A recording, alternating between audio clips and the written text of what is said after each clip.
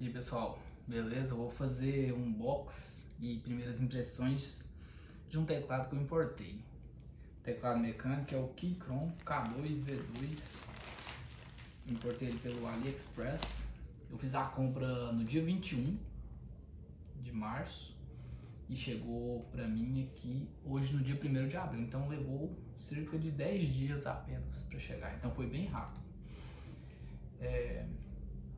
O valor dele é 416 e com frete, o frete é 120, ficou 536.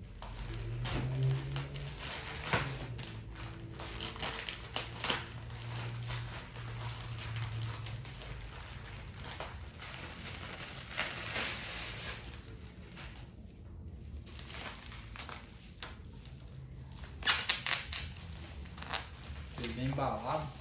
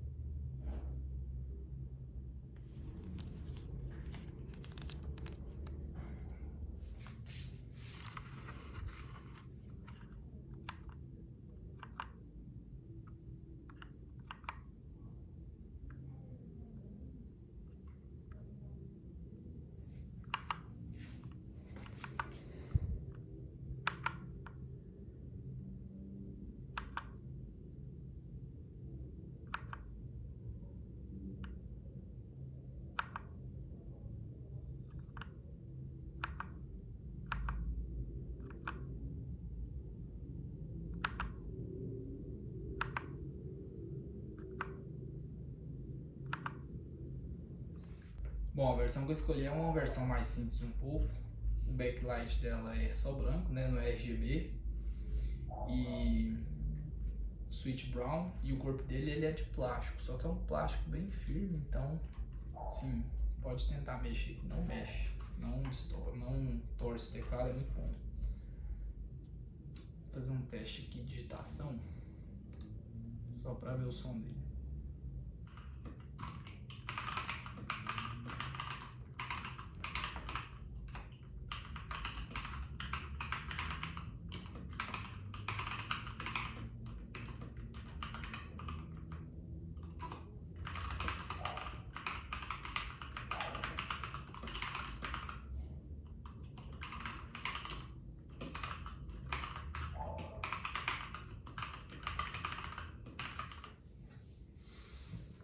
É isso aí então. Tá aí o teclado, muito bom, gostei. Agora testar ele mais uns dias, né? Daqui uns dias eu posso fazer um review mais completo.